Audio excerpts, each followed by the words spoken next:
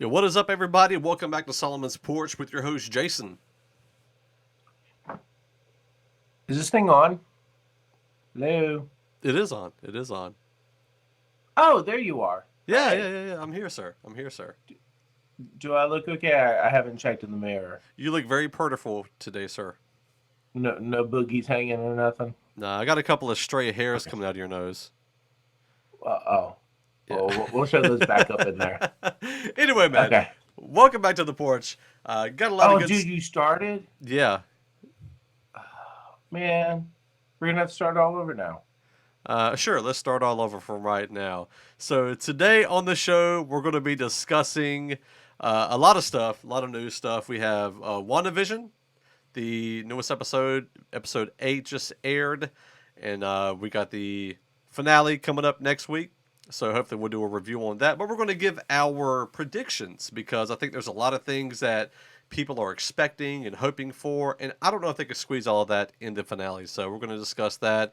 Also, there's a lot of Marvel stuff, Disney stuff coming up, and we're going to discuss those briefly. Talk about the possibility of Amber Heard getting fired from Aquaman 2, and the new Spider-Man title, a lot of Superman-ish news, and a lot of music news. So a lot of stuff coming up. Let's try to condense it best we can without rambling on. Before we jump into it, though, I do want to thank TrueStrengthApparel.com. Head over to True Strength Apparel and support what Aaron Simpkins has going on over there.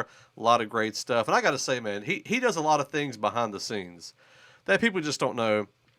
I don't think any of our listeners can appreciate, but he's got a very big heart and he's a very giving person, and so I would put him down as a sponsor regardless. Either way, just because it's an awesome company and he is an awesome guy. So, Aaron, thank you for all you do, sir, representing the kingdom. Now, let's jump into the news. So, WandaVision. Yeah. Slower episode, but a deeper episode with a big bang at the end. What were your thoughts on that? Well, so what are we? We're up to number 8 right now. Yeah. Okay, so we didn't really discuss 7. 7 was a good layup, I think, to 8. It was a solid episode. 8 definitely fills out things a lot more. So, we get Agnes, who is, or sorry, Agatha, who has finally revealed herself at the end of 7. Going into 8, we get a lot more background of her, and I feel like the show is trying to move more in the direction of comic book canonizing within the MCU, which is pretty cool. I think a lot of hardcore comic book fans are going to be very pleased with that. Um, we start to see that the how Agatha has been orchestrating things kind of behind the scenes, where we weren't sure how much Sword was at play with what was going on. We get some big reveals with Vision, also with Wanda's code name, I guess you could say. Technically, it's a code name within the comic book universe, but Agatha kind of, bequeaths this name unto her, and it seems like it's a name that originates from some other kind of mythical, historical witchcraft context. Yeah. So when she gets her name Scarlet Witch, the way she presents it is that it's kind of like you are the Scarlet Witch, like as if she's the Messiah kind of concept, Oh, you were the foretold Scarlet Witch. Yeah. And so that remains to be seen, but definitely looks that way. Well, and if you recall in the episode, whenever they were showing her kind of interacting with the Infinity Stone, and it showed that vision, that's the future her. That's like the comic book accurate vision of her, which Right. has like the helmet looking thing, which she had as part of her Halloween costume. And so it was cool to see that being exposed. And then at the end of the episode, we get White Vision. Now, in the comic books, for anybody who might not know or haven't watched any other type of videos talking about it, in the comic book, he was put back together kind of in the same way of this. Like he died, they brought him back, and he was completely wiped of his memory. He had no idea who he was. His relationship with Wanda was non-existent. It was just blank canvas vision. And so we're all assuming that this is what this is going to be. So he looks down at his hand for a second there, like, oh, wow, I got a body. And so it's completely stripped of anything. And how many, what, $6 billion he said was the, the value? Either way, we know now what his original intentions were. We know that the vision inside of the hex is not real at all. It's completely a created, well, I'm not saying it's not real. It was a completely created from scratch vision that Wanda put together. And so we're still not entirely clear on all of the things that she has going on in her little realm there, on whether or not it can exist, period, outside.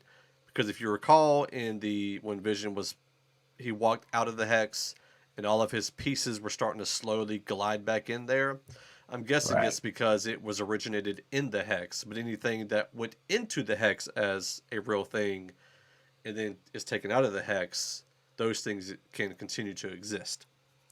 But doesn't negate the possibility that what she created could somehow join with White Vision, or some people are calling him Zombie Vision, Mm, as opposed to the legit White Vision right. character from the comic books.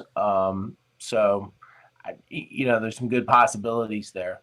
Getting back to Agatha, I felt like that this was the Agatha episode. We got so much of her. She's trying to play Wanda through how she got to this point, how she got to the point of creating this alternate reality, and which was really kind of neat. And in the comic books, Agatha is really more of a mentor to Scarlet Witch as opposed to an just straight antagonist. And so it'll be interesting to see what happens here because, of course, at the end, the post-credit scene, we get or mid-credit scene, um, we see Sword utilizing one of the drones that they had sent in, Mm-hmm. but had been kicked back out, still having some of Wanda's energy surrounding it to help give life to this Vision's old body. And if this Vision is being sent in to take out Wanda, maybe Agatha and Wanda team up and make amends, kind of thing. I don't know. Wanda's forgiven people for quite a bit of stuff, but choke holding your kids, that's kind of rough. Yeah, and the question is exactly why does Agatha want this power? Why does she want to learn how to use it? Is it to Yeah. bring in Mephisto or bring Mephisto back? Because a lot of people, I saw one spoilerish thing that I won't necessarily mention, but it did regard Mephisto. And by spoiler, I mean I won't mention the actor that is somewhat being portrayed according to the source, and I think it's the same source that you go by. And but either way, I think it's going to be interesting to see as far as predictions for the finale. There's so many things that I was hoping they were really going to weave in there. I feel like they have to either bring in a more or I can't remember his name, Mordo from Doctor Strange, the guy who was going around trying to take away all the magic from the magic users because there's way too many magic users or sorcerers.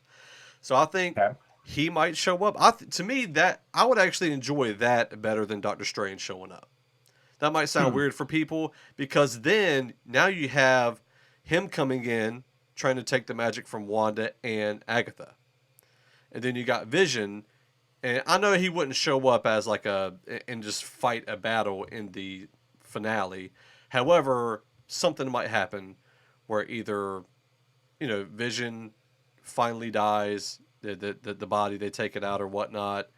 Wanda somehow transforms it, takes control of it because they share the same bit of energy that came from the same stone. Although the current Vision, the White Vision, doesn't really share that energy, but it was created using it. So somehow there might be something connected there.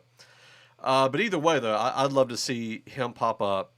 and be like another antagonist at the very end, and then somehow that lead into uh, Doctor Strange 2. I do think that Vision is going to be gone after this. I think he's done. I don't think they're going to bring him back. That is my prediction. As far as mutants go, they might mention the word because we do know that she had these powers from childhood and that the stone didn't give her the powers. It kind of amplified it in a way. Amplified. Yep. So she is essentially a mutant officially. Yep. And I don't know. Those are kind of my biggest things. Anything I didn't mention that you might expect on this finale?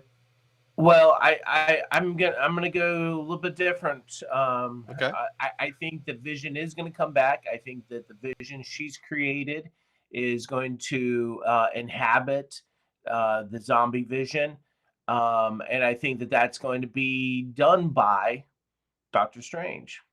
I think he's going to come at the end. I think that we're going to get a struggle between Wanda and Agatha in terms of their initial conflict. Obviously, she's holding Wanda's boys hostage right now, but Vision's going to come in.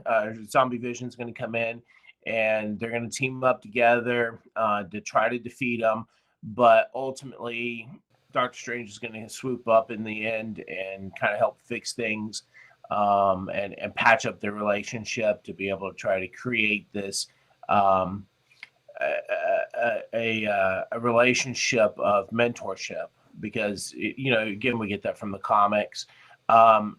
Wanda's chaos magic, which really was kind of neat because of course it's been called chaos magic in the comics. We saw some of that sort of being alluded to when the Vision's boss and wife came over for dinner, and the wife is sitting there saying, repeating chaos several times. Yeah. When Wanda's burned the chicken. So, we understand that her magic is raw and a natural mutant ability, but she's got to have someone to be able to help her, guide her through molding and shaping control over of what this is. And so I think that part of that's going to be Doctor Strange to kind of step in, encourage that relationship, and get that fixed. And I think the Vision's going to come back to us. The Mind Stone, I mean, who's to say, how the Mind Stone really works and what kind of residual effects there are? Because obviously it imbued power to Wanda to begin with. And if it can be residual to be able to bring Vision's body back to life, I mean, there's no telling what else it can do. Yeah. So I think that we're going to see that. I think we're going to see Monica come back in, of course. She's going to play a big role. I think that the current director is going to get nixed, and so Monica's going to take over Sword and take it into the right direction, so that way we can have a solid spinoff there. There's so much exciting stuff going on right now. I think that one, it can go in a billion different ways, but so much of it is setting us up for more. And that's going to happen because that's classic MCU at this point in time. So yeah, I do think we're going to see Vision versus Vision and Wanda versus Agatha. And there's a cameo, and again, it could be the Mephisto, but Benedict Paul Bettany, who plays Vision, he actually said that he was able to share the screen with a character he hadn't shared the screen with before, and he was very excited, and it was a great experience doing so. So a lot of people are trying to figure out, is this MCU character that already exists, and that's where Doctor Strange comes in, because they've never been on screen together in the MCU. As far as Paul Bettany and Benedict Cumberbatch, because in Infinity War, they weren't on the same screen, and he wasn't in Endgame at all. So we'll wait and see. I'm excited to see it. I am excited about it. I'm working next week, so I'm gonna have to come home and make sure my wife has some time to go ahead and watch it before I go to bed, or I might have to watch it at work and then just watch it with her later on, depending on how it goes. So that's our thoughts on WandaVision and the our predictions. Let's go into some other news, bro. All right, so Kingstone Comics, who we have a partnership with, has released a new comic, 101 Questions, Volume 6. It's really cool. It's good for it's especially good for kids, obviously, who have questions about faith and religion, and questions about the Bible. And so it approaches those kinds of questions and helps to illustrate them literally, um, so that way young readers can get good solid theological answers. So check that out. Also, they have a big announcement that they say coming up next week. So 1 week from the day of this recording, and today's what, the 26th. So, but it's an Easter announcement. So I don't know. We'll have to wait and see what's coming out. We have some release dates that have been announced by Disney. Bad Batch. I have to say this has probably excited me more than maybe it ought to have in general. But I'm not super crazy about it being the animated Bad Batch. I was hoping for a live action Bad Batch, but even still, it's dropping May 4th. I mean, come on, right? It has to. Yeah, yeah. But they hadn't said it. You know what I mean? So it feels good to say yes, thank you. Right. Also, Loki. Loki, they announced, is coming out June 11th. I'm so we excited have solid for this. dates for both of those. Yeah, Loki, I feel like is going to be a fun, like WandaVision has been interesting, but I wouldn't necessarily say it's been fun.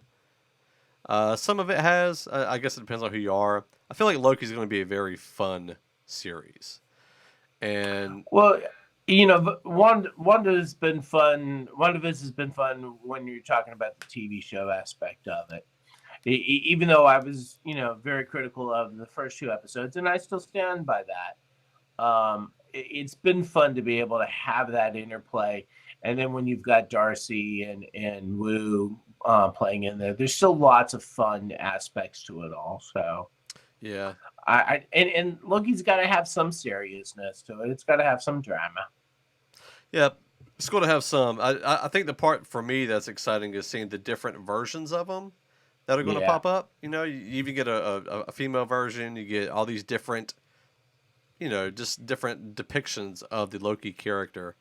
And I'm curious to see if they're going to who they're going to bring into it, whether Thor's going to make an appearance. I mean, you feel like at some point he's got to be invoked.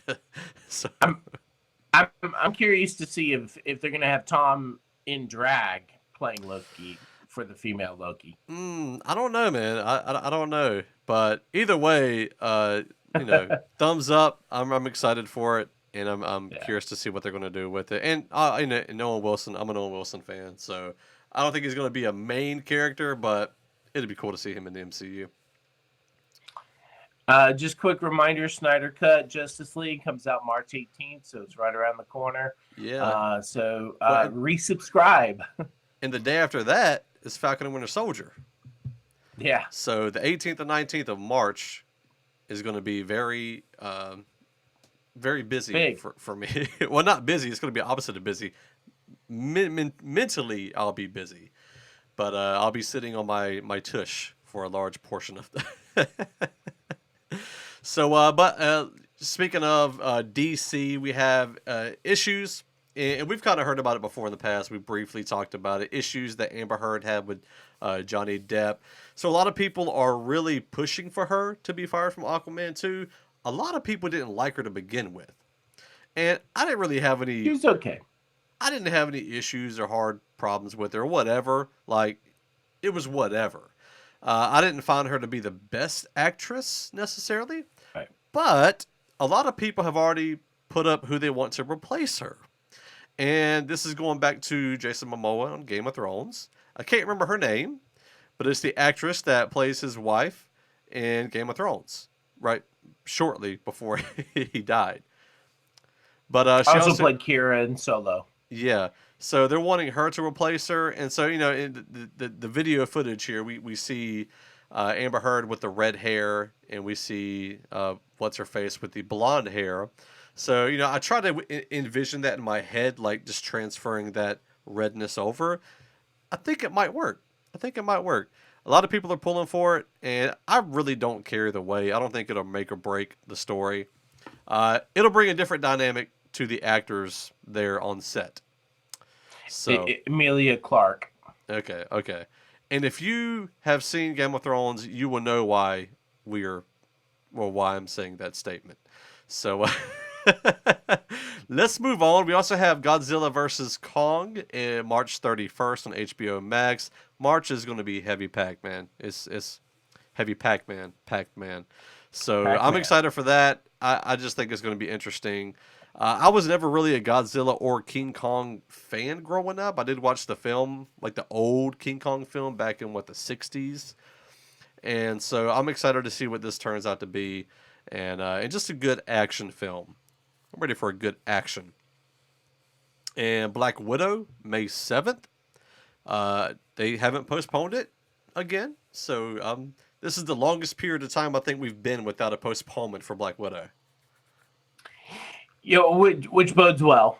Yeah, yeah, yeah. I think the biggest question is, are they going to do simultaneous video on demand and theatrical release? I think they're going to end up doing that. I think they're going to have well, to. that's what they've already alluded to.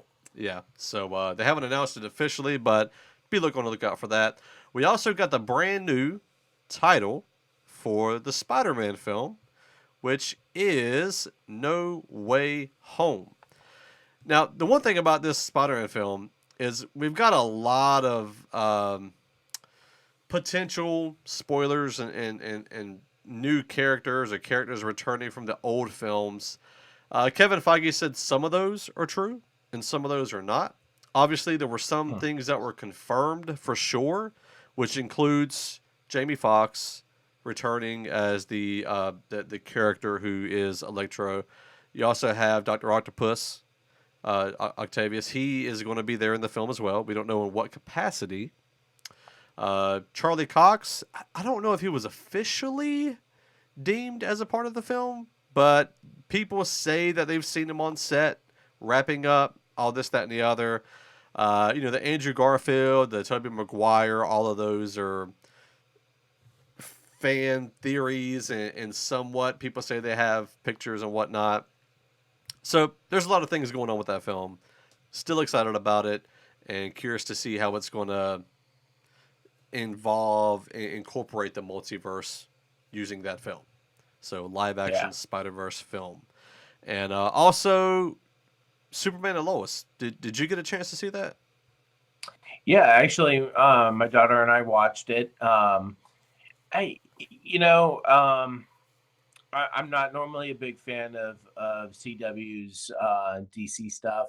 Usually comes across very hokey, obviously very agenda oriented. This was actually not too bad.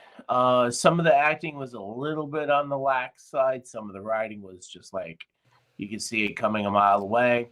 But I will say this: the videography was really good. The coloring was just spectacular.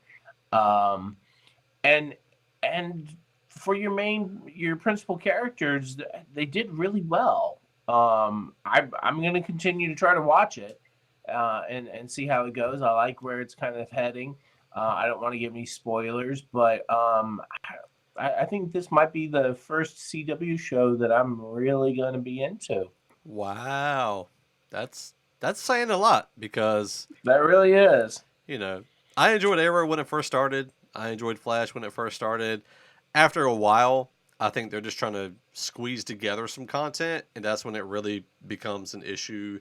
And then they try to squeeze in agendas, and usually it's some type of an LGBTQ agenda. Supergirl, they started that at the gate, and I appreciated that they hit you from the gate, so you know what's going to happen. Batwoman, same thing. And, I don't know. Neither one of those I could really dig. Nothing to do with a female lead. We're going to talk about female-led movies here in a little bit on round 5, but that's just not my bag of tea. So, bag of tea. Okay. I didn't mean that in that way. Let's move along. So, and I've always been a big Superman and Batman fan ever since I was a kid. Anyway, they were my OG superheroes for me anyway. So excited to see Superman stuff. And we are getting conversations, talks, serious talks between J.J. Abrams and all of their staff at Bad Robot, um, working in conjunction with please forgive me if I butcher his name, Tanisi Coates. He's an African American author, to bring us an African American Superman. Yeah, Right? I mean, about dang time, man. yeah, they're I'm excited about this. If anybody's going to reboot something and do it to where it's going to kick Heine all over the place, it's going to be J.J. Abrams' crew. I mean, let's just put it down and say it like it is. If anybody reboots and is going to have a successful reboot, it's J.J. Abrams and his team. I mean, there's look at what they did with Star Trek alone. I mean, people were.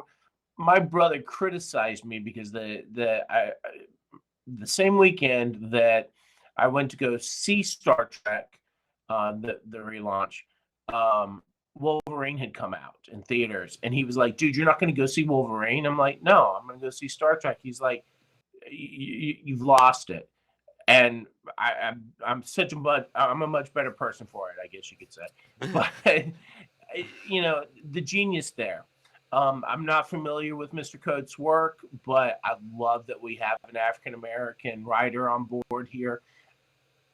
What's a white dude gonna do writing for an African American, lead actor in storyline? That just doesn't make any sense. So yeah, and the African American Superman is not ultimately confirmed. We do have there's been a lot of talks, and there've been more fan theories and desires for Michael B. Jordan to take the role. I think if yeah, he takes the role, I'd be cool with it. He's a great actor. He's done great in everything else he's done. He can buff up and be the muscular Superman or whatnot. Then the other question is, well, do you change anybody? And some people are obviously there's not to be yeah, I'll be punchy. There's a lot of racists out there who are like, no, Superman's white, Lois Lane's white, Lex Luthor's white, all these people are white. They got to be white because it's true to the comics.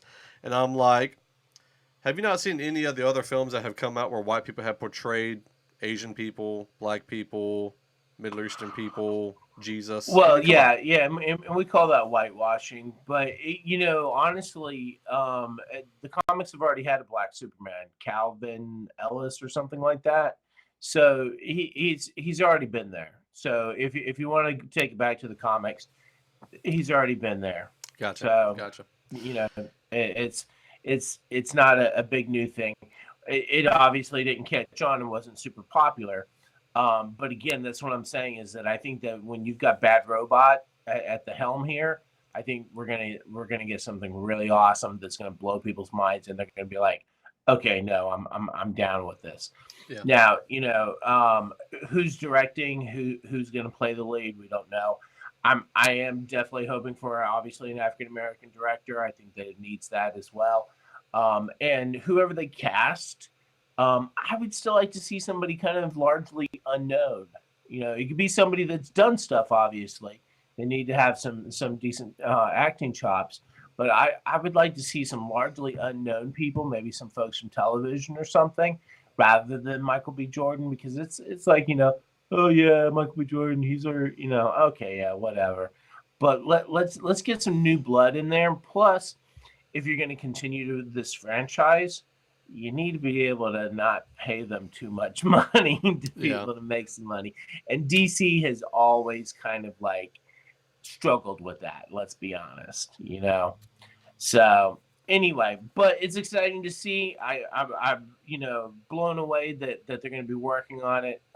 So anyway, We probably still got about I, 3 or 4 years before we start seeing yeah, yeah, yeah, yeah. I'm sure. Um, just a quick little something. I love the NCIS television franchise. Um, I prefer some more than others, but NCIS Nola is going to be no mo. This is the last season, so if you hadn't already heard, now you have. Um, the CBS really hasn't given us any good reasons. Scott Bakula hasn't really told us anything, except that he's going to miss the music. Whatever. Um, I mean, don't get me wrong. New Orleans jazz is freaking phenomenal, but if that's the only thing that you're missing, I don't know. But anyway, ever since they lost Lucas Black, I was like, finally, the show is going to really take off now. And then they go off and cancel it. So I don't know. Maybe he was holding it together, man. I hope not. if that's the case, then it was already established on some pretty sandy ground. To make a nice biblical reference. Speaking of sandy ground, though, there's a lot of talk about there being a new NCIS kind of to replace New Orleans, and they're talking about it taking place in Hawaii. I can see now that. If there's a state that's kind of overplayed right now, I feel like it's probably Hawaii. Yeah, that's why I can see it. Yeah, we had 5-0, which is now ended. And then, we've got Magnum PI. And so, to do NCIS Hawaii, I mean, I'm not opposed to it. Don't get me wrong. It's just that it's like, let's find something else, somewhere else that's, still interesting. And anyway. Go to Alaska. But, that would be really... Yeah, there's so much there. Nobody knows because they don't ever portray it. Well, okay, fair enough. So I mean, there's not women in bikinis, so it's not going to draw the traditional man. But bears in bikinis, possibly. Yeah, some polar bears in bikinis that might do it. Anyway. So NCIS Hawaii looks like it's a pretty solid thing. A lot of the current cast from LA as well as the OG are making little comments here and there. There's some fan speculation that we're going to get DiNozzo in Hawaii. I sort of don't see that happening. Not, Bull is successful, and Michael Weatherly is doing well with that. So it's not as though they could cancel Bull and then go to back to doing NCIS, but I don't really see that happening. I think they're going to take somebody existing from one of the other NCISs or even from New Orleans and move them to Hawaii, so that way we get that connection.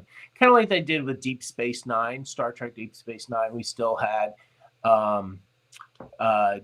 Chief O'Brien from Next Gen, who kind of came in, didn't kind of, he came in, and so we had a connection there. So it's sort of a fan favorite, but not necessarily a lead.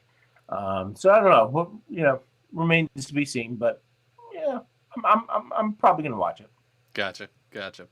So real quick, I get these emails, and I've started opening them up to try to pay attention to what the church world is talking about. And all of that controversies, and there's also some good biblical references and helpful things that I get them in as well. So there's churchleaders.com. They send out emails. Christianity Today sends out a lot of stuff, and I think Christianity Today is a little more popular than Church Leaders.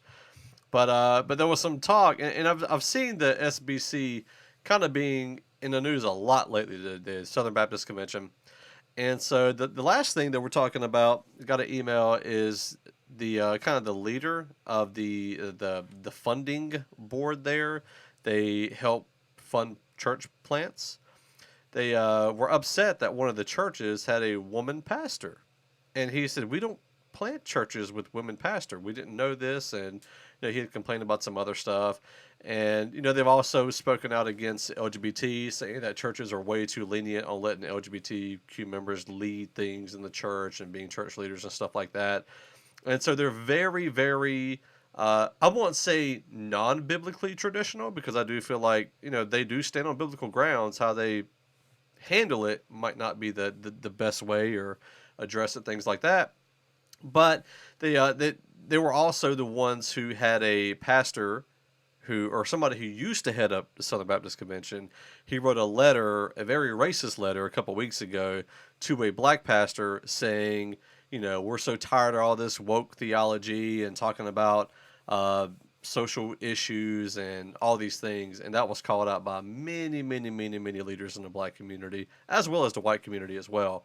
However, I think J.D. Greer from Durham, Raleigh, North Carolina, he actually spoke out, and there was an article from him as well saying that racists should not feel comfortable in a white church at all. I thought it was interesting. I was like, Amen. that is very interesting. He addressed it, and he's, I won't say he's a woke pastor, but he understands the struggle and he shares in the grieving process with the black community on a lot of issues. And he is part of the Southern Baptist Convention. He's the president of it, or is it Southern Baptist? He's the president of one of them. But either way, I just thought it was interesting, and just something I just kind of want to ask ourselves is: could a racist, you know, white Aryan, brotherhood type guy come into your church and feel comfortable?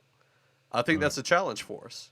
And anyway, Well, being welcomed into the church and feeling comfortable in terms of being amongst like-minded people. gotcha. Or just feeling like, and and this is another battle I've had with, I'd say the liberal side of Christian hip hop. I'm like, we have to make all sin not feel like it fits in the Christian lifestyle.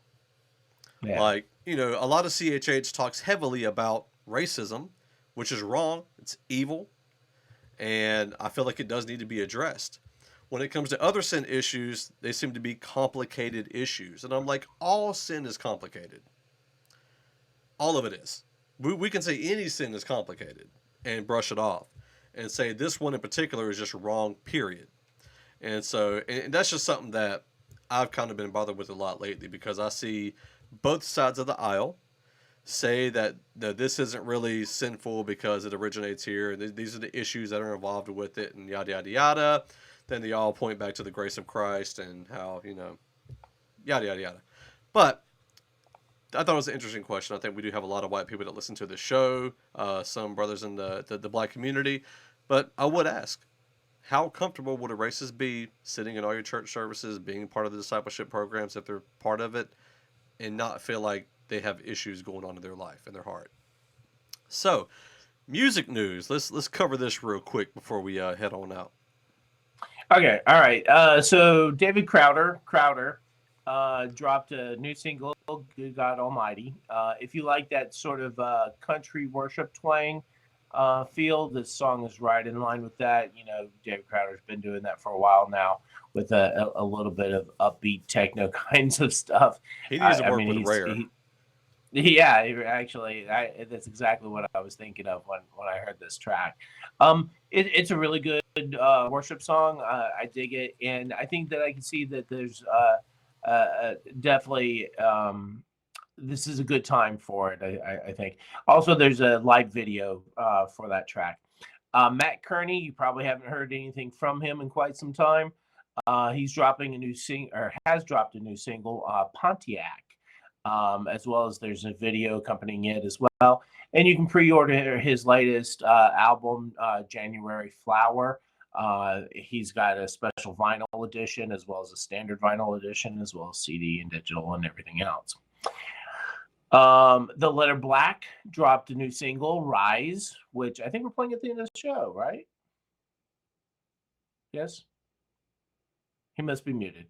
The Undertaking Sorry. Yes. drops a new single, "Oh Negative." So that's not the just the letter O. It's an OH, like oh negative. You may not have heard of The Undertaking. Check them out. They're on Solid State Records. If you're into metalcore kinds of stuff, this fits in that genre. Yeah, it's very heavy.